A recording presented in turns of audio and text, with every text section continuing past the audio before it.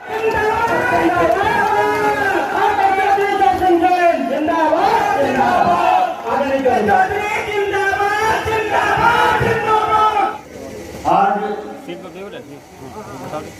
दीपेंद्र जी का जन्मदिवस है, जयंती है। देश के उन नेताओं में थे जिनके नाते देश में बदलाव हुआ। इतना बड़ा बदलाव जिसकी उम्मीद बाबा साहब डॉक्टर अम्बेडकर करते थे। बाबा साहब डॉक्टर अम्बेडकर ने संविधान लिखा। संविधान का जो पहला पन्ना है, प्रेम्बल ऑफ द कॉन्स्टिट्यूशन, प्रस्तावना, साफ साफ ये संविधान चाहे कितना भी अच्छा हो, यह लागू करने वाले अच्छे नहीं होंगे तो अच्छा संविधान भी बुरा होगा।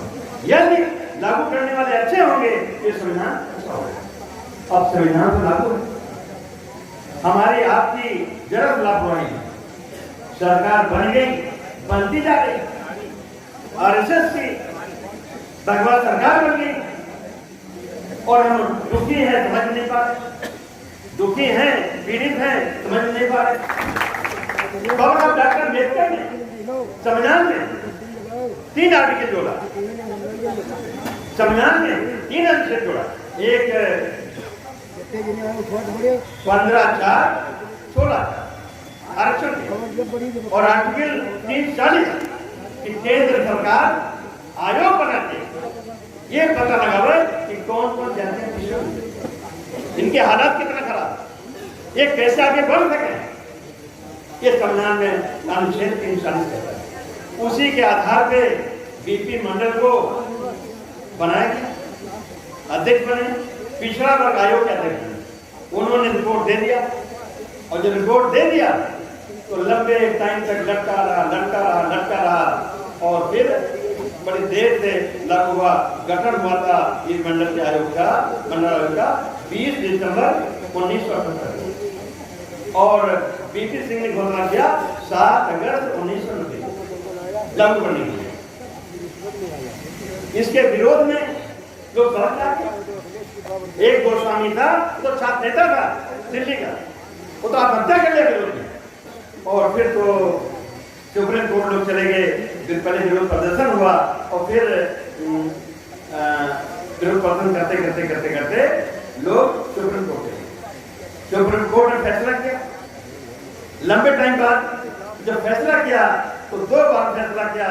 एक बार किया 16 नवंबर 92 को कि बीपी मंडल ने जो रिपोर्ट लागू दिया है वो ठीक है, लेकिन पिछड़ों का आरक्षण मिला के, दर्जन आरक्षण मिला के 50% ज्यादा नहीं हुआ, ये बैरियर लगा दिया। दूसरा क्या कि पिछड़ों ने जो क्रिमिनल है तो आगे बढ़ गए, उन्हें आरक्षण के दायरे से अलग क्यों रखें? आरक्षण कोई गरीबी दूर करने का प्रक्रिया नहीं, गरीबी उन्मूलन की योजना नहीं, ये तो है देश में ताकत कुर्सियों पे जिस कौम के लोग बैठते हैं उस कौम के लोग उत्साहित होते हैं, जिस कौम के लोग नहीं बैठते उस कौम के लोग निराश होते हैं। सदियों से इस देश के बहुजन समाज के लोग जिनको दलित कहते हैं, पिछड़े कहते हैं, इनको इस देश की ताकत कुर्सियों पे नहीं बैठने दिया गया, इसलिए कमजोर हो गए, लाचार हो गए, पिछड़ गए, पिछड़े हो गए और मसल दिया गया तो दलित हो गए। अब बाबा साहब डॉक्टर अम्बेडकर सहित इस देश को समाज बदलने की लड़ाई लड़ने वाले महापुरुषों ने मौका दिया, आगे बढ़ रहे हैं। लेकिन जिनके बुजुर्गों में आते इस देश में गैर बराबरी आई थी, वो पसंद नहीं कर रहे हैं कि कमजोर समाज के लोग, पिछड़े समाज के लोग फिर से ऊपर आके अच्छी कुर्सियों पर बैठे रहे। यही कारण है कि सरकार बीजेपी का आरक्षण ध्यान आरक्षण कर दिया, हमको खिलाफ नहीं। लेकिन जहां तक क्रिमिनल की बात है, सुप्रीम कोर्ट ने फैसला कर दिया नहीं करना चाहिए। जहां तक आरक्षण पे सीमा लगाने की बात है कि 50% आरक्षण हो गया, ये नहीं होना चाहिए। निश्चित तौर पे आने वाले दिनों में हमको, हमारे समाज को, आपको जगना होगा और सड़क का आंदोलन करना होगा, जिससे आने वाले दिनों में खाली इतने नहीं, अब तो मामला आपको रखना होगा। जिसकी जितनी संख्या भारी उसकी उतनी हिस्सेदारी। सरकारी नौकरी, प्राइवेट नौकरी, ठेकेदारी, पट्टेदारी, डीलर बनना, डिस्ट्रीब्यूटर बनना, हर मामले में अब तो जिसकी जितनी संख्या भारी उसकी उतनी हिस्सेदारी। जब तक लड़ाई खुद नहीं लड़ोगे तब तक निश्चित तौर पर मिलने वाला नहीं। जो मिला था बुजुर्गों के मेहनत से जो मिल गया था वो भी चला जाएगा, बहुत टाइम लगेगा।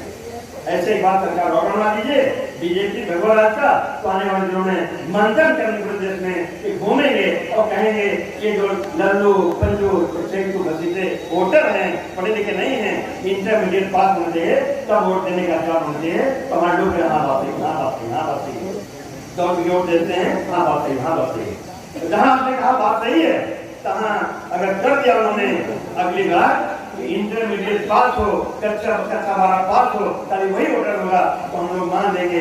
लेकिन ये निश्चित तौर पर उस पूरे देश के चाहे दलित हों चाहे पिछड़े हों वोटर लिस्ट नहीं आएंगे और फिर तो इस देश में बाबा साहब अम्बेडकर बनाया हुआ संविधान नहीं रहेगा, इस देश से मजबूती रहेगी और फिर हम लोग सारी दूसरे खेतों में काम करेंगे। इसलिए समझ जाइए, गली प्रचार करिए, लग जाइए, हर हालत में इलेक्शन जब भी हो तो उत्तर प्रदेश सरकार भाजपा की सरकार गिरा के माननीय अखिलेश यादव सरकार समाजवादी पार्टी सरकार बनानी है। और इस बार सत्ता मिल गई, इस सत्ता को उपयोग करना है पूरे देश में, जिससे आने वाले 24 में भी अखिलेश यादव चेहरा दिल्ली से दिखाई पड़े और पूरे देश में समाजवादी पार्टी का राजपाट हो। अब देश में बाबा साहब डॉक्टर अम्बेडकर, डॉक्टर लोहिया कि अगर फिर से चलना शुरू करेंगे तो विशेष तौर पर इस देश में बाबा साहब डॉक्टर अम्बेडकर मानने वाले बहुत हैं, डॉक्टर लोहिया मानने वाले बहुत लोग हैं। बात एक ही है, सन चोपा ने बांधी गांठ पिछड़े पवन छोड़ने से। सन चोपा संयुक्त सोशलिस्ट पार्टी उस जमाने में कहा जाता था सोशलिस्टों ने बांधी गांठ पिछड़े पावे छोड़ने से, ये नारा था डॉक्टर लोहिया। और बाबा साहब डॉक्टर अम्बेडकर क्या कहते थे, इस देश में बदलाव होना चाहिए, हर जाति हर धर्म के लोगों को आगे बढ़ते बराबरी और इंसानी जिंदगी जीने का मौका मिलना। ये कैसे होगा, अपने आप होगा। इसलिए बीपी मंडल तो पैदा हुए बनारस में, बनारस कहाँ है तो जब बीपी मंडल इन विद्युत मंडल बनारस पैदा हुए तो यूपी का दायित्व बनता नहीं बनता, हम लोग मनावे नहीं बना, पता नहीं लोग क्या नहीं मानते। हाँ ऐसा ही है कि उनका पैतृक हमारा निवास का बिहार, वहां चले और गांव में रह के पढ़ाई किया, फिर पटना चले गए, पढ़ाई पूरी किया, मैजिस्ट्रेट बने, डॉक्टर थे और फिर इलेक्शन लड़े तो छोटा वाला जिला परिषद का निर्विरोध मेंबर बने और फिर तो 3 बार एमएलए बने, 3 बार एमपी बने और एक बार मौका ऐसा भी आया कि मुख्यमंत्री बने। उन जैसा महापुरुष, उन जैसा योग्य विद्वान और दूसरा नहीं था, तो नंबर आ गया तो जिस समय नंबर आया मुख्यमंत्री बन जाए, जिस समय नंबर आ गया मुख्यमंत्री बन जाए। उस समय वो स्वास्थ्य मंत्री थे, क्या प्रकार स्वास्थ्य मंत्री थे, लेकिन एमएलए और एमएलसी नहीं। नियम है कि अगर कोई मंत्री मुख्यमंत्री 6 महीना से ज्यादा लगातार बन जाए समय तक, तो उसे अगर एमएलसी नहीं बनता, एमएलए नहीं बनता तो सरकार छोड़नी पड़ेगी। तब तक नंबर आ गया तो मुख्यमंत्री बन जाए। जब दावा पेश किया मुख्यमंत्री बनने का, मगर बहुमत है, तो उस समय का गवर्नर खा गया रांची, तो नहीं मिला, रांची आ गया, तब समझ गए। तब इन्होंने अपने गरीबी को मुख्यमंत्री पद से शपथ दिला दिया, ब्रेक हो गया, 6 महीने वाला मामला खाली हुआ और उसे शपथ दिला दिया और फिर बीपी मंडल ने शपथ लेके मुख्यमंत्री पद से बैठे और फिर बड़ा नाम कमाया।